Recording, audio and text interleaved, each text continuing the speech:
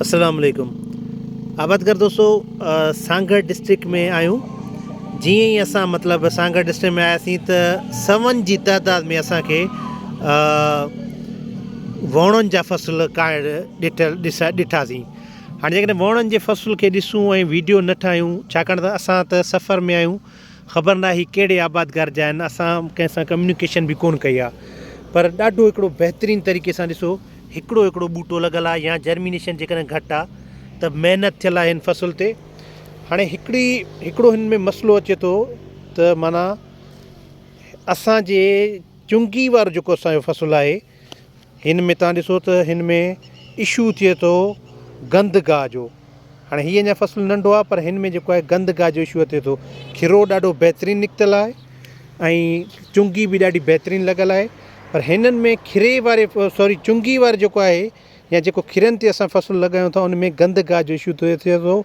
ऐं नाड़ी वारे फ़सुल में असांजो जेको आहे गंदगाह जो इशू कोन्हे को।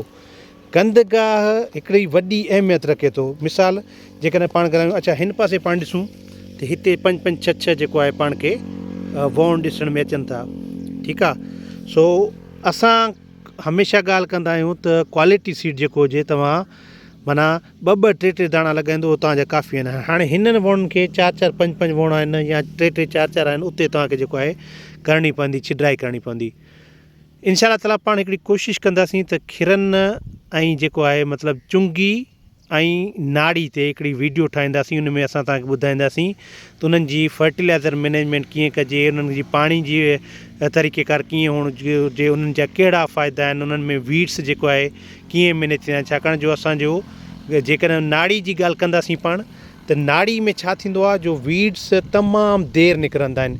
30-35 ॾींहंनि खां अंदरि 30-35 ॾींहंनि खां पोइ जॾहिं असां पाणी ॾींदा आहियूं त असांजा जेको आहे गंदगाह तमामु घटि थींदा आहिनि। पर जेकॾहिं हिननि खे 8 ॾींहं 15 ॾींहं ते 10 ॾींहं ते पाणी ॾींदा आहियूं त इहे गंदगाह असांजा वधीक थींदा आहिनि।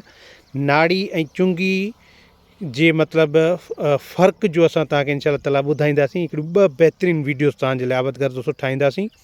ऐं हिते मीरपुर ऐं सांगड़ वारे पासे तमामु घणी आगाट्री ऐं नंबर ऑफ एकड़्स, माना वधि में वधि एकड़ जेके पोखिया था वञनि, उहे सांगड़ ऐं मीरपुर ख़ासि वारे पोखिया था वञनि। ॾाढा हिते आबादगार महिनती आहिनि, आगाट्रा फ़सुल बि लॻाईंदा आहिनि, महिनत बि कंदा आहिनि, उन्हनि मां पैदावार खणंदा आहिनि। हाणे काटन जे फ़सुल जी पाण जेकॾहिं ॻाल्हि कंदासीं, हिन में वॾा चैलेंजिस आहिनि। ठीकु आहे न। जेकॾहिं असां हिन ते प्रॉपर महिनत न कंदासीं, ख़र्च न कंदासीं ऐं हुनखे टाइम न ॾींदासीं, त असां हिन ते जेको आहे न करे सघंदासीं। सो अल्लाह सां ख़ैरु करे, इंशा ताला तव्हां सां नाड़ी ऐं चुंगी जे बारे में अनकरीब 2 या 3 ॾींहंनि जे अंदरि तव्हांखे हिननि जा ॿिन्ही जा फ़र्क़ु ॿुधाईंदासीं। छो जो जेकॾहिं छो जो आगाट्रे फ़सुल खे हींअर जेको आहे नुक़सानु पियो थिए ॾाढो, ही हेल्दी आहिनि। हाणे मूंखे ख़बर न आहे हिन ते स्प्रे थियल आहे या न, ही हेल्दी असांजा प्लांट्स आहिनि। हिननि ते मतिलबु जेको आहे एॾो को अटैक वग़ैरह कोन थो ॾिसण में अचे। पर थ्रिप्स जो, आगाट्रे फ़सुल ते थ्रिप्स जो तमामु घणो अटैक आहे ऐं चुंगी वारे फ़सुल ते गंदगाह जो तमामु घणो अटैक आहे। उनजी मैनेजमेंट तव्हांखे लाज़मी करणी पवंदी। तव्हां सभिनी वॾी महिरबानी। ऐं हीअ खीरा बि ॾाढा सुठा आहिनि, ज़मीन ॾाढी सुठी ॾिसण में अचे थी।